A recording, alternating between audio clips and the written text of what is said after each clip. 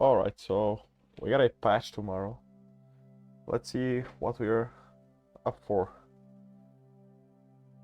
So this is like the basic stuff. It's gonna release tomorrow. Timings and stuff. Patch size, which doesn't really matter. Okay, so let's go on the main stuff. Got a special collaboration. For our second special collaboration, partner with Critical Role. Whatever or whoever this is, I don't know.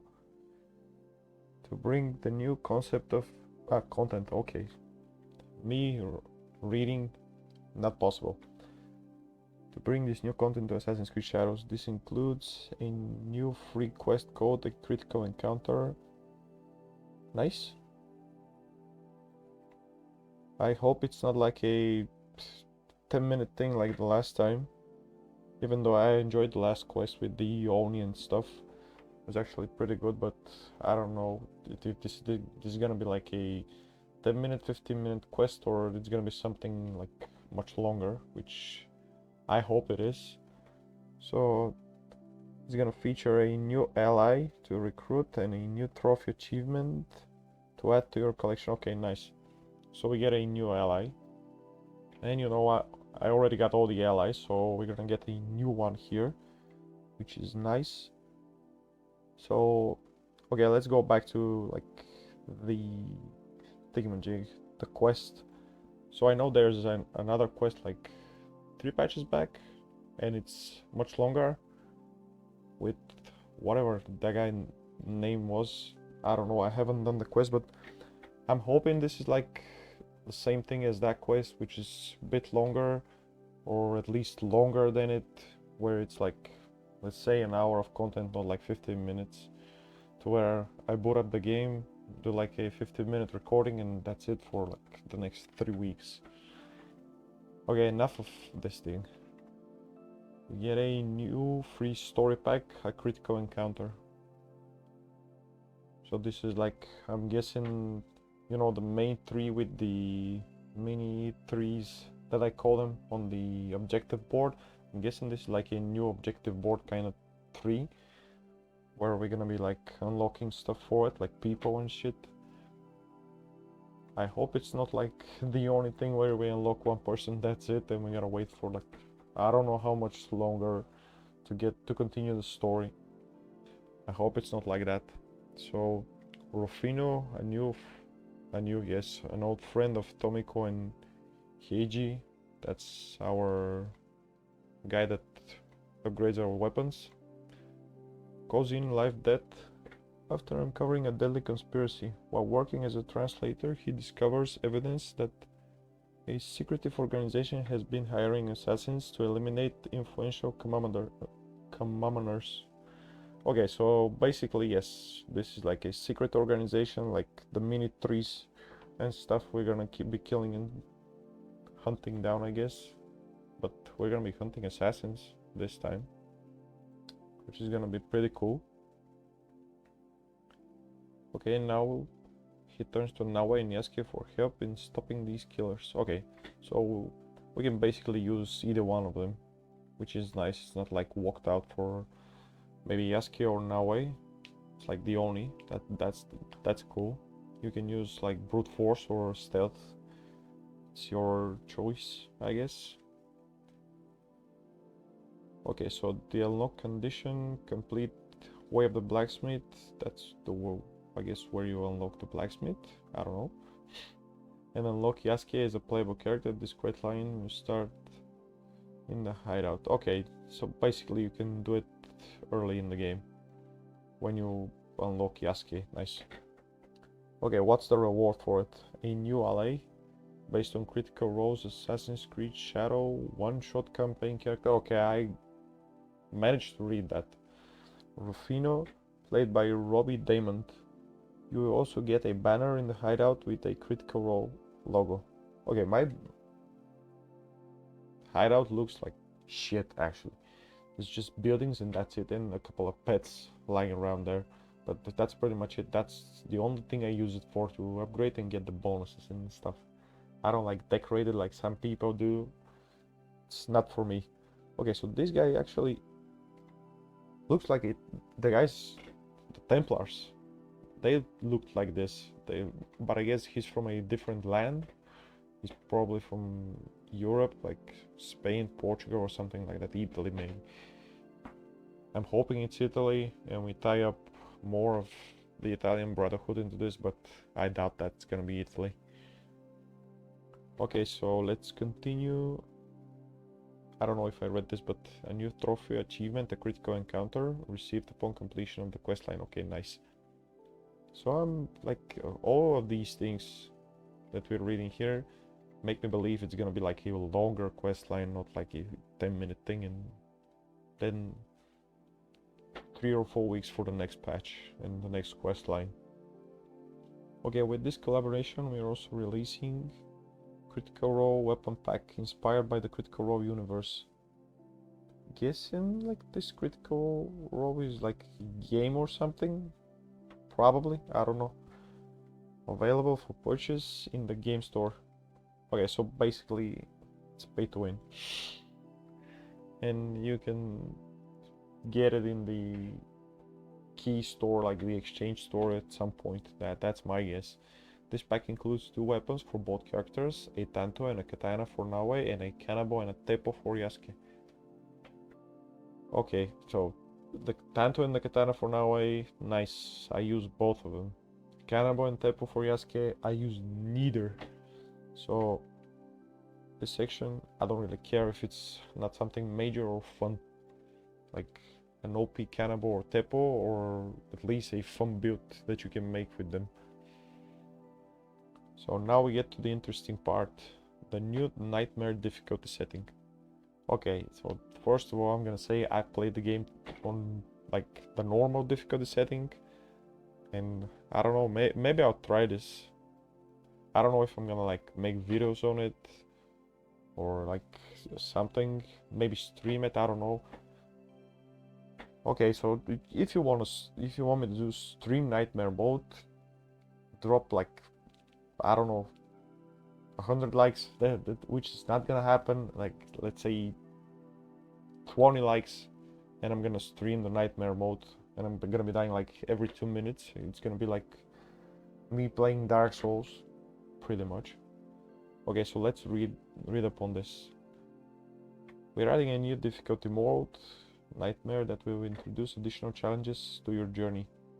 This mode will impact both combat and stealth, requiring more tactical planning and greater attention to your surroundings. Prepare your tougher enemies and a more intense overall experience. Okay, so we got the like stealth, where it's hard, where you can be seen pretty much when you move, and this is gonna up that. So nice. Me, tactical planning never works out though, so it's probably gonna be me dying a lot, but let's continue on. Here's a tease of some of the changes you can expect from this new difficulty. Okay. Player defensive options are less effective and enemies deal greater damage at all levels. Okay, so I'm basically gonna get 2-shot and I'm not gonna be able to block, I guess. Parries now require perfect timing to deflect the hit. Imperfect parries will only partially block incoming. Yeah, so basically I'm gonna get the crap beaten out of me, or I'm gonna learn to block actually, or dodge. Either or. Okay, we continue on. Enemy AI is smarter, faster, and more aggressive in variety of circumstances, including detection. Even while crouching, now generates some sound. Okay, so basically you gotta prone half the game. And even while in the shadows, she can be seen while moving. Okay, so this actually I like, because you know, when the guard is like right next to me and I'm in the shadows and he doesn't see me, it looks comical, because I could be there just like looking at him and he's like, oh, there's nobody here. Like, don't seem realistic, even though it's a game, it's not supposed to be realistic, but yeah, at least put some realism in it. So I like this change. This is actually pretty good. Enemies will no longer become vulnerable from dodges or parries. Only abilities can put them into a vulnerable state. Okay, so this is actually pretty like nightmarish, because at least they could have given us at least the vulnerability if like the timing should be perfect. Imagine you can't block the whole damage and you don't get a vulnerability from it, and you gotta use your skills. At least if it was like a new game plus for nightmare difficulty, you would have had all your skills and like whatever there were, tools and stuff like that to defeat the enemies. But here, if you start from scratch and you put up nightmare difficulty and you got like no skills and no upgrades and stuff, you're gonna get the crap beaten out of you. But yeah, that's what nightmare is, I guess. Okay, so now we go for combat resources like adrenaline, rations, and shinobi items. I'm guessing this is like tools. Are harder to come by, making their use even more vital. Okay, so I don't use tools that much, besides maybe a kunai or two when I'm going ranged and stuff. With Yasuke I don't use the bows, because I don't know, I got a build for bow to do damage with it, which is stupid for Yasuke when he's just so good at brute force. But like, how are you gonna limit the adrenaline? You're gonna give me less on hit, even though I can like put engravings on my weapons to where I can get it in like, instead of like say 3 hits on normal difficulty, I'll need to go for 5 maybe, something like that. And yeah, Russians, I get it, you get less from looting, or maybe you don't get them in the camps and stuff like that. This is decent. Okay, so this is a glimpse of how the new difficulty setting will impact the game. Don't hesitate to share your most intense moment with us, posting Discord and X using... Okay, that doesn't matter. Okay, so something people have been wanting for a long while, since the game was released. Toggle headgear in cutscenes. We are excited to introduce a highly requested feature. Players can now choose to show headgear, whether it's a hood, helmet, headband, or more during cutscenes. Now I was gonna say lifestyle. Now your style can shine through dialogue scenes too. You'll find the option available in the in-game settings. Note that the headgear will not be displayed in cinematics or in some specific instances where a rule overrides this setting, Roman specific cutscenes. Yeah, so this is basically motion capture, and they can do it on that. I get that, that doesn't matter really. And I'm not like, I don't know why people are so keen on putting the hood and helmets and stuff like that in the cutscene. I don't get it. Like, I don't really care if the hood or helmet or whatever headgear is there. As long as the cutscene is good, I don't care, really. I'm that type of guy. Okay, so VFX toggles. Players can now disable and enable specific VFX to further customize their experience.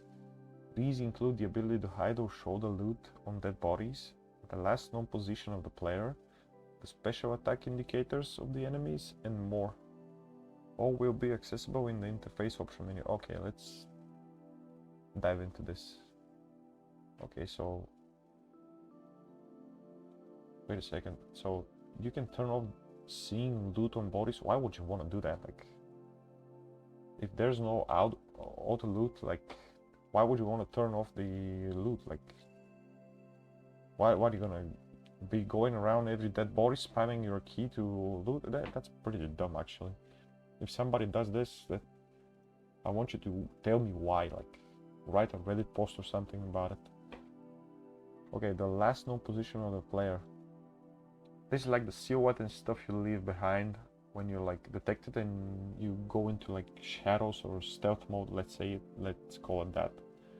Low profile, I'm gonna call it that, since that's what it actually is in Assassin's Creed Shadow. Not in Assassin's Creed Shadow, but in Assassin's Creed franchise. Why would you want to do that too? I don't get it, but yeah, you can do all of these things. Let's talk about the last one too, and I'm gonna say it. Special attacks indicator, which is pretty much these things, where you cannot see whether it's a combo attack or a heavy attack or just a normal one which you can block. So these things I get, where you want to make it like harder on yourself and stuff. But these two, I'm guessing for more immersion into the game or something like that, or to make it like Nightmare difficulty plus. That's my only like way of seeing it. This is the only way I see it going down. I don't know what else. So now we continue going down. This is pretty much how the thing is gonna look. Okay, open world alarm.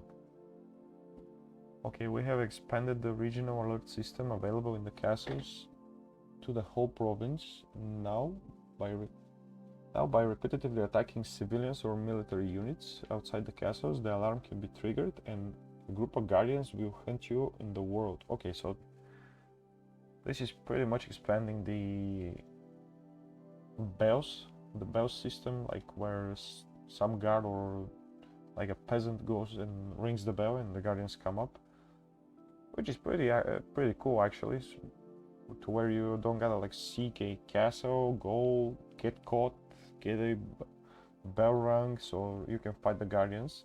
You can just go around the village, beat up a bunch of guards, and the guardians are gonna appear pretty much if you want to do a fight with them.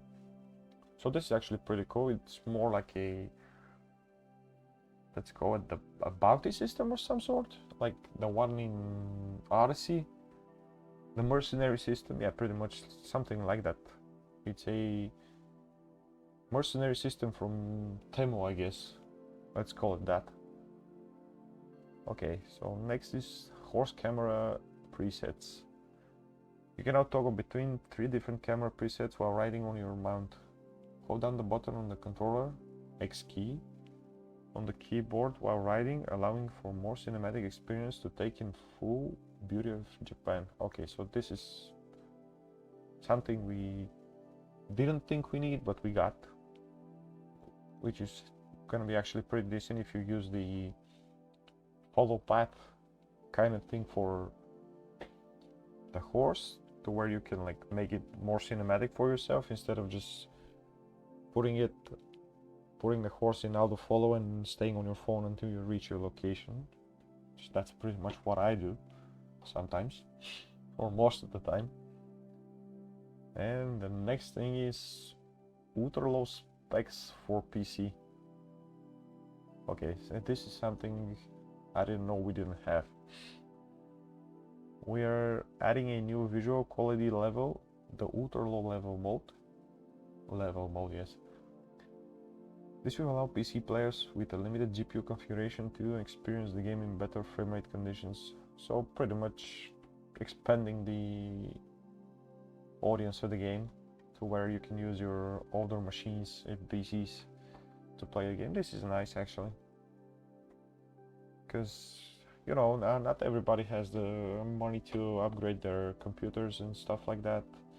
Some people play on laptops, some people play on like slow old computers. There's kids whose parents don't want to buy them computers or don't have the money to buy them computers. So this actually I like.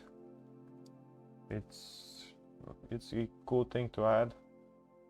As a like former person who didn't have a good PC, this is something I'm actually proud of Ubisoft of doing. So thank you Ubisoft for taking care of the small guy, I guess. And there's a list of bunch of bugs and stuff. General bugs, quest bugs, which is actually pretty massive. Visuals and graphics, and a audio bug, I guess. So yeah, that's pretty much the whole patch. We're getting a decent amount of content and decent amount of stuff done this patch, so yeah, I'm gonna try the new patch tomorrow. Like, get a video going on the... How was the quest called? A critical encounter quest. The critical encounter quest line. So we're gonna do that tomorrow.